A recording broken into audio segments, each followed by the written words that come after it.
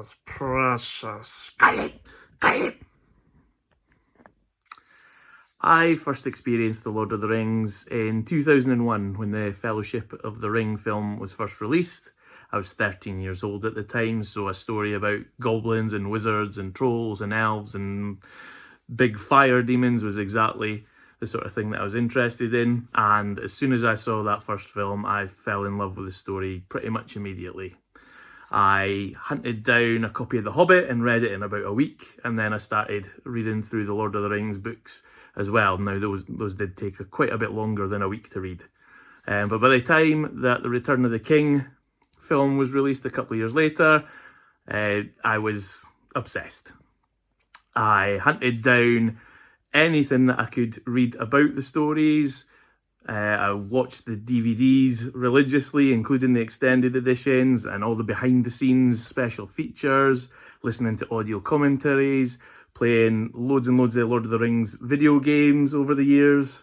I even dressed up as Gandalf for my S5 Christmas party, I think it was. So yeah, it's a story that has been with me ever since I first experienced it, and I think will be with me for life. I keep coming back to it, whether I'm feeling down and upset about something, needing cheering up, or if I just want to spend some time watching some of my favourite characters and some of my favourite stories. And then a couple of years ago, I was in New Zealand, and I managed to get to visit the Hobbiton set, which was like a dream come true for me. This location that I'd watched on the screen for years, suddenly I was walking around, seeing all the Hobbit holes, going into the Green Dragon pub. It was amazing. So it was one of the best experiences of my life. And when the tour guide asked for someone to demonstrate Bilbo Baggins' little run from the start of The Hobbit, there was only one person volunteering for it, really, wasn't there? Hey, Mr. Bilbo, where are you running? Can't stop! Already late! Late for what? I'm going on an adventure! Walking is a hobby of mine. It has been for a while, but over lockdown it really sort of was about the only thing that we were able to do. So like a lot of people, I spent a lot of time getting out for some fresh air and sometimes enjoying some nice weather. So that is something that I do a lot of the time. Even if I've had a bad day, I'll try to get out, and it helps me clear my head, think things over. Sometimes I listen to music or a podcast, or sometimes I'll just enjoy listening to the birds chirping and the dogs barking, or if I'm up the park, quite often I'll hear my name being shouted across at me. It feels like I can't go anywhere without someone hunting me down.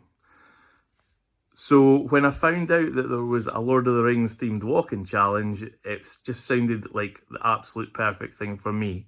The Conqueror challenge has an app that lets you track how far you've walked, and it shows it on the map based on Frodo and Sam's journey in the Lord of the Rings story. So as well as me getting out and about and getting some exercise for myself, it was quite cool to just sort of see how far through the story I actually was. There are 8 Lord of the Rings challenges overall, and for each one I complete, they plant 5 trees. So by the end of this, there'll be 40 new trees in the world, which is an extra bonus on top of me getting out and about, getting some fresh air and exercise.